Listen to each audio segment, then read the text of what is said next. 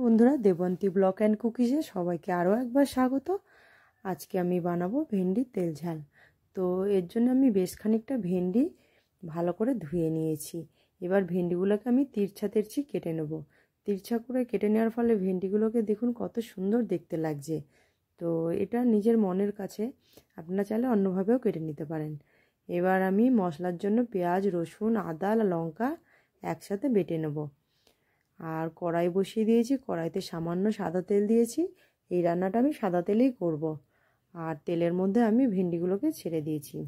এবার ভেন্ডির মধ্যে সামান্য নুন, হলুদ দিয়ে আমি একটু ভেজে নেব।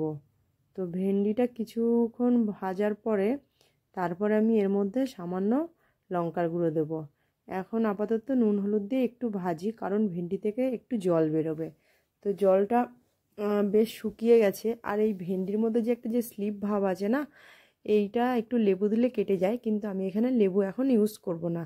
আমি যেহেতু তেল ঝাল বানাবো, তো এমনিতে ভেন্ডিটাকে আমি যখন ভাজবো, ভাজার ফলে এই স্লিপ ভাবটা কমে যাবে। তো এই দেখুন ভাজা প্রায় হয়ে এসছে, তখন আমি শুকনো লঙ্কার গুঁড়োটা দিয়েছিলাম, দিয়ে ভেজে তুলে নেব। আর এদিকে আমি যে মশলাটা রেখেছিলাম বানাবো বলে, তার মধ্যে এক চামচেরও কম, মানে হাফ চামচের মতো জিরের গুঁড়ো আর ধনের গুঁড়ো একসাথে আমি বেটে নেব। এই যে দেখুন ভেন্ডিটা একদম ঝরঝরে ভাজা হয়ে গেছে, তুলে নিয়েছি। কড়াইটাকে পরিষ্কার করে আবারও সাদা তেল দিয়েছি খানিকটা। তার মধ্যে আমি কালো জিরে ফোড়ন দিয়েছি। কালো জিরেটা একটু ভাজা হয়ে আসলে যে একটা স্মেল বেরোয় কালো জিরের, সেই গন্ধটা বেরোলেই তার মধ্যে যে আমি মশলাটা বেটে রেখেছিলাম সেই মশলাটা দিয়ে দেবো। আর মশলার মধ্যে পরিমাণ মতো নুন, লঙ্কার গুঁড়ো, হলুদের গুঁড়ো সব একসাথে দিয়ে সামান্য একটু জল দিয়ে ভালো করে কষে নিতে হবে। মশলাটা কিন্তু বেশ সময় ধরে কষতে হবে, না হলে ভালো লাগবে না। তো এরকম অল্প অল্প করে আমি জল অ্যাড করব আর ভালো করে কষবো। মশলাটা কষা হতে থাকুক ততক্ষণ। আমার এই ভিডিওগুলো যদি ভালো লাগে তাহলে অবশ্যই আমার চ্যানেলটি সাবস্ক্রাইব করবেন, লাইক করবেন এবং বন্ধুদের মধ্যে অনেক বেশি শেয়ার করবেন। মশলাটা কষে তেল ছেড়ে এসছে, এবার আমি ভেন্ডিগুলো দিয়ে দিলাম। ভেন্ডিগুলো দিয়ে একটু নেড়েচেড়ে এর মধ্যে আমি সামান্য জল দেব।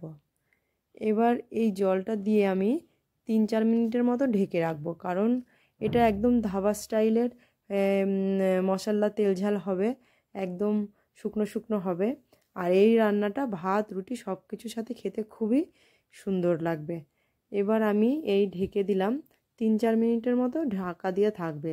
ঢাকনাটা তুলে দেখায় কত সুন্দর হয়েছে, দেখুন ওপর থেকে তেলটা ভেসে উঠেছে আর কত সুন্দর দেখতেও লাগছে। আর ভেন্ডিটা প্রায় নেই, ভেন্ডিটা সিদ্ধ হয়ে এসছে। এবার আমি একটু এই যে দেখে নিচ্ছি ভেন্ডিটা পুরো সিদ্ধ হয়ে গেছে। এবার আমি এর ওপরে একটু গরম মশলার গুঁড়ো ছড়িয়ে দেবো। আমার রান্না প্রায় কমপ্লিটের মুখে। আর এতক্ষণ ধরে আমার ভিডিওটা দেখার জন্য অসংখ্য ধন্যবাদ সবাইকে। এবার ভেন্ডিটাকে আমি নামিয়ে নেব। এই দেখুন কত সুন্দর শুকনো শুকনো আর কত সুন্দর তেল ঝাল, একদম কত সুন্দর কালারফুল হয়ে এসছে। এবার ভেন্ডিটাকে আমি নামিয়ে নিচ্ছি, দেখুন কত সুন্দর লাগছে। সবাই ভালো থাকবেন, সুস্থ থাকবেন। দেখা হবে পরের ভিডিওতে। আজকের মতো এই পর্যন্ত।